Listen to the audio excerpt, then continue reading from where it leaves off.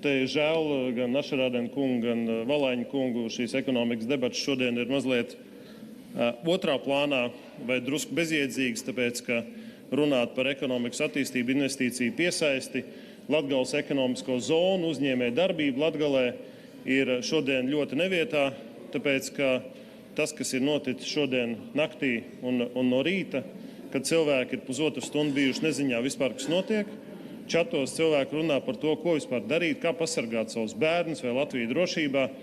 Proti, mums ir šobrīd primārais uzdevums, un tas ir steidzamākais, parūpēties par to, ka mēs nomainām aizsardzības ministru Andris Prūdu pret cilvēku, kurš 5. kara gadā ir spējīgs novērst 4. reizi, kad nokritīs droni un uzsprāgs, jo šoreiz tā ir absolūta apstākļu sakritība, ka nav bojā gājušo un cietušo, pilnīgi nopietni, jo tas ir nokritis pilsētas centrā, tātad lielā pilsētā.